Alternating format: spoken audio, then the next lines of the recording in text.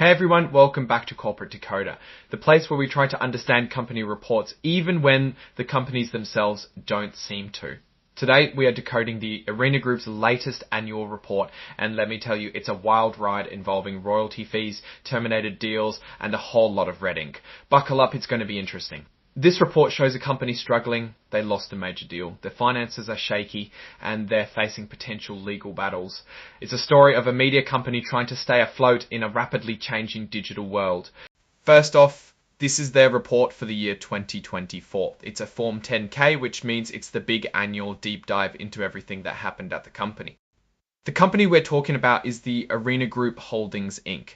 They own several media brands like Men's Journal, Parade, The Street, and Athlon Sports. They also run a platform that powers over 150 independent media publishers. Think of them as both a media content creator and a tech platform for other publishers. Now let's look at the size of the company. As of June 2024, the market value of their stock held by non-affiliates was roughly $9.9 million, a small amount for a public company, so we are going to see some big changes in their strategy. Keep in mind that some information from their upcoming proxy statement will be included, particularly in areas like executive compensation and corporate governance, a sign that those topics may require a little bit of extra attention. The report is full of warnings about the future, which is always something to watch out for. They're talking about their ability to make money, keep control over their finances, maintain good relationships, and manage their growth. This is the company telling you things might get rough. The biggest issue, they lost the rights to operate the Sports Illustrated media business. That's a major blow, and they even mention it could seriously hurt their business and how people see their brands. That Sports Illustrated licensed $8 million in fees and damages, and it is now also subject to active litigation, so it will get even messier. Here's something else to keep an eye on. Artificial intelligence, or AI, is a big risk. They're worried that AI could make it harder to protect and profit from their content, which would hurt their revenue. It is difficult for them to prevent misuse, misattribution, and infringement of our intellectual property. What else is vital? Their platform. It's complex, and if something goes wrong with it, like errors or failures, it could really hurt their revenue and reputation, and if their system faces cyber attacks or hacking. More damage, and there's been some attacks so far. A key sign of a problematic company is that they have internal reporting problems, as the report states. The company writes, complying with these rules and regulations has caused us and will continue to cause us to incur additional legal and financial compliance costs and make some activities more difficult, time-consuming, and costly. This is not a good sign and typically implies they have previously overlooked reporting problems, meaning that the numbers we see in the report might be shaky. Now let's get into the numbers. To summarize, they have a lot of debt. The agreements that govern their debts limit their options, and a failure to comply would cause default.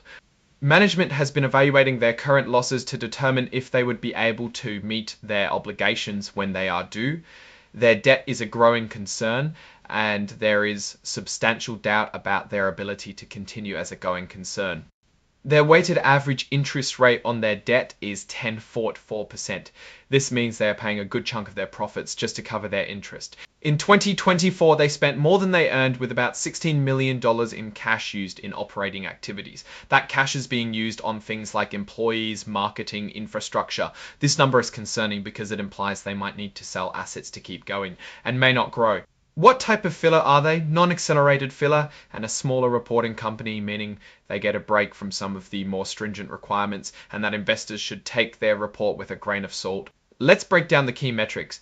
Their revenue per page view, or RPM, is up 9%. That sounds good, right? But it's only part of the story. Their monthly average page views are down 16%. The company admits this problem comes from when publishing Fan Nation's sites stopped at the beginning of 2024. Here's where it gets interesting. Let's dive into the main financial table, where we get to see a face-off between 2023 and 2023. Revenue is down from $143.6 million to $125.9 million.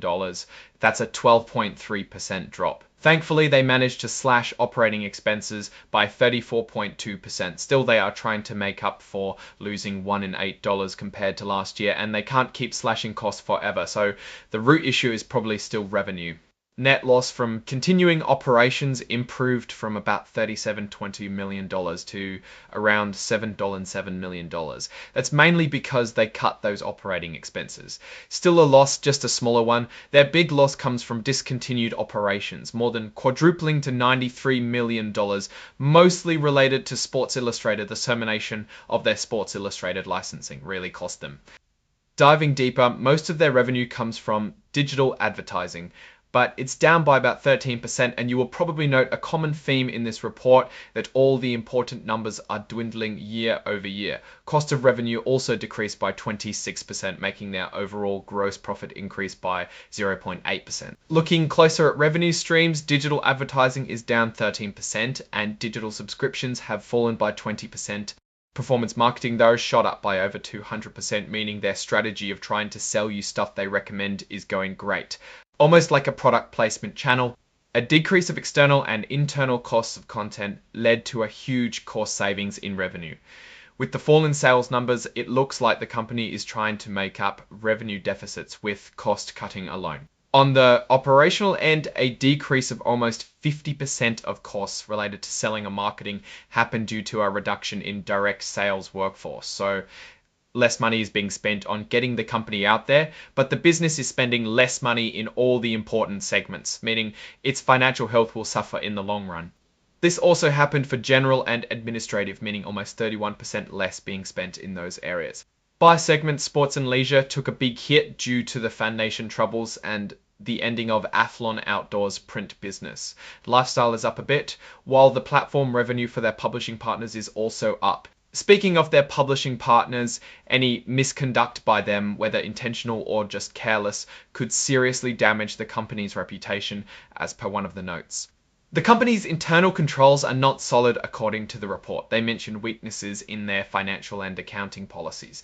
If they can't accurately report their finances, they could lose investors and face sanctions from the SEC. The report says it's possible in the future for the company to seek alliances and acquisitions.